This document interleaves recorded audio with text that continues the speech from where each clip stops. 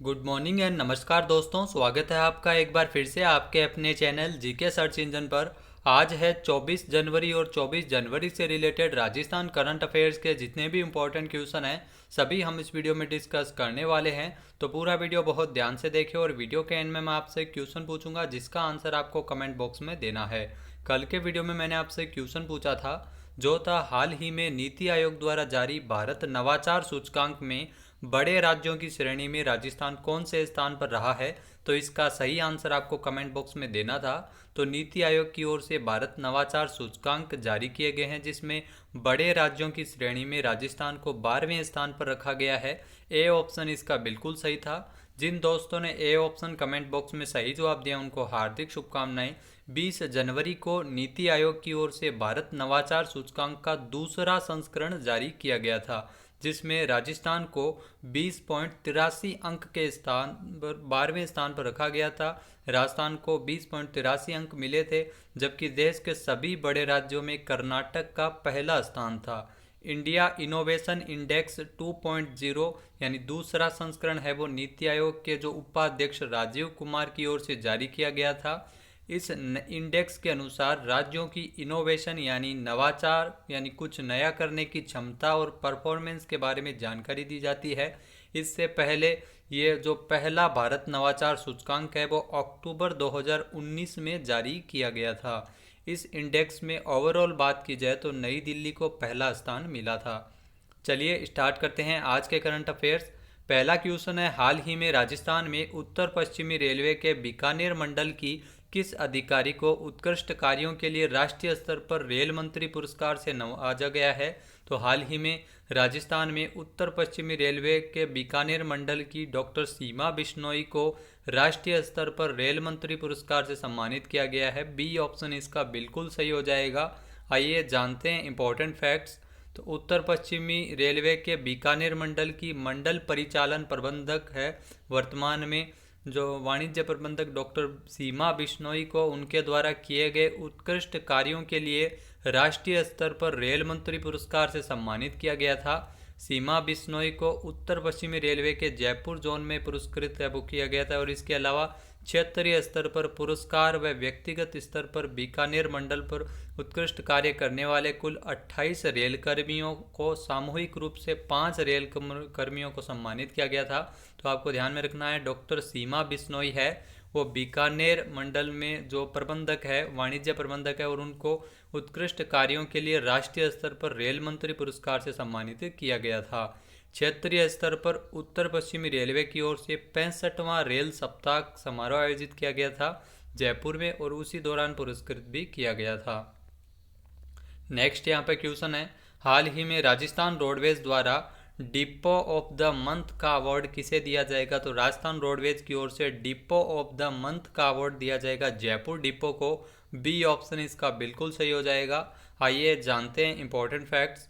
तो राजस्थान में जो रोडवेज की जो जयपुर डिपो है जिसे डिपो ऑफ द मंथ घोषित किया गया है। दिसंबर माह में अधिकतम आय अर्जित करने के लिए जयपुर डिपो को राजस्थान रोडवेज की ओर से डिपो ऑफ द मंथ का अवार्ड दिया जाएगा। जो रोडवेज के सीएमडी है राजेश्वर सिंह उनके द्वारा बताया गया है कि कर्मचारियों को अधिक राजस्व अर्जित करने की प्रेरणा के लिए ये योजना चलाई गई थी जिसमें जयपुर डिपो ने दिसंबर माह में प्रतिदिन वाहन 16,726 रुपये अर्जित करके यानी कुल 4.73 करोड़ रुपए का राजस्व है वो अर्जित किया है दिसंबर माह में। जो रोडवेज के सभी डिपो द्वारा अर्जित किए हुए गए आय में से सर्वाधिक है।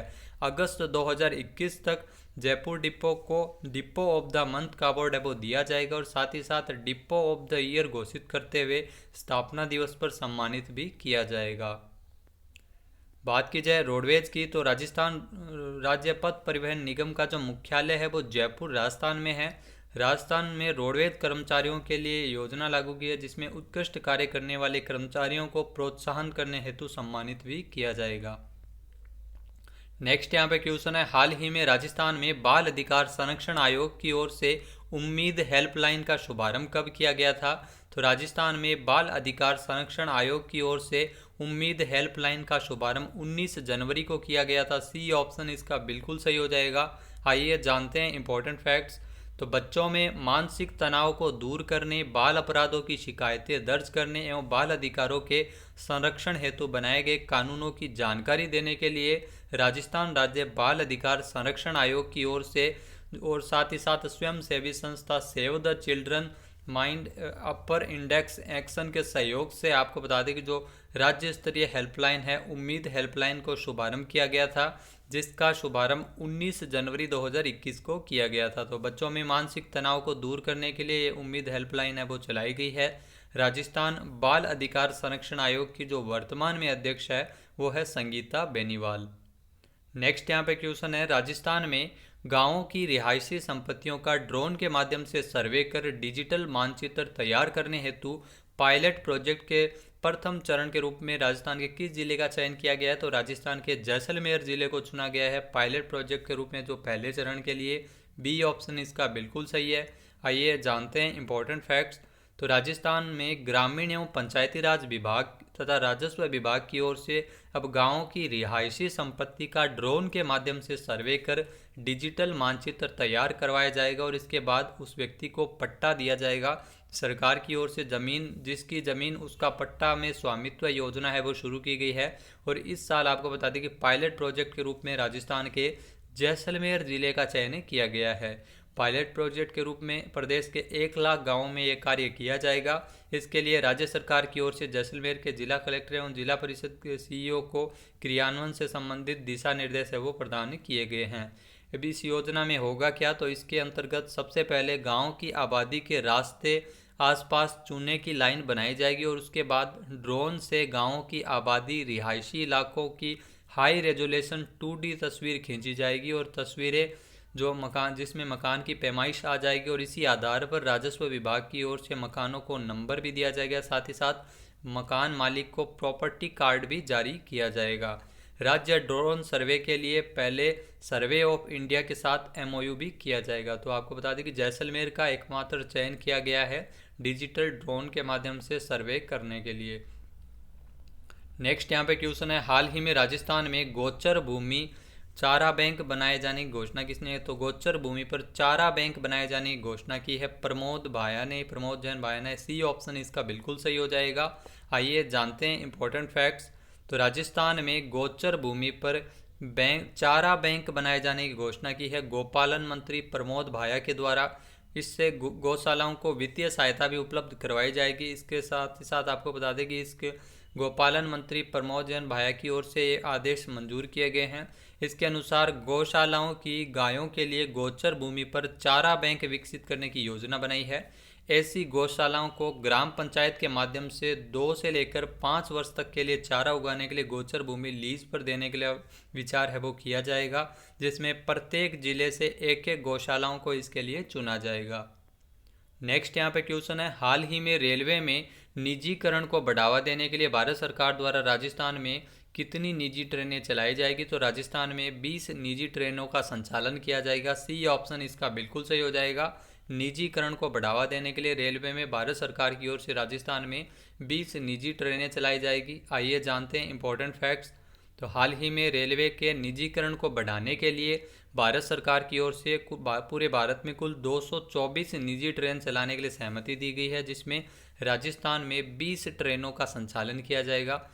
इसमें पूरे भारत को 12 क्लस्टरों में बांटा गया है, जिसमें राजस्थान का जयपुर भी एक क्लस्टर बनाया गया है। बात की जाए निजी ट्रेन की, तो भारत की प्रथम निजी ट्रेन है वो तेजस थी, जो अक्टूबर 2019 में दिल्ली से लखनऊ तक चलाई गई थी। नेक्स्ट यहाँ पे क्वेश्चन है, हाल ही में पत्रकार कल्याण कोष से पत्रकारों को गंभीर बीमारी में दी जाने वाली सहायता राशि को 1 लाख रुपए से बढ़ाकर कितने करने का फैसला किया गया है? तो राजस्थान सरकार की ओर से पत्रकारों को जो गंभीर बीमारी के लिए पत्रकार कल्याण कोष से सहायता राशि 1 लाख रुपए से बढ़ाकर 2 लाख रुपए करने का फैसला किया गया है। ए ऑप्शन इसका बिल्कुल सही हो जाएगा। आइए जानते हैं इंपॉर्टेंट फैक्ट्स।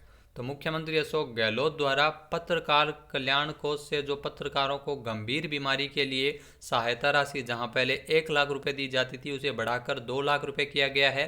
पहले ये जो सहायता राशि है वो 6 गंभीर बीमारियों पर ही मिलती थी, लेकिन अब इस सीमा को हटाते हुए सभी गंभीर बीमारियों पर 2 लाख रुपए तक की सहायता राशि है वो पत्रकारों को दी जाएगी। साथ ही साथ मेडिकल डायरी योजना के तहत सभी पत्रकार है वो इसके माध्यम से दवाइयाँ ले सकेंगे, और इसमें मेडिकल डायरी की सुविधा केवल अधिस्वीकृत पत्रकारों को ही पहले मिलती थी, लेकिन अब ये सभी पत्रकारों को ये सुविधा मिलेगी।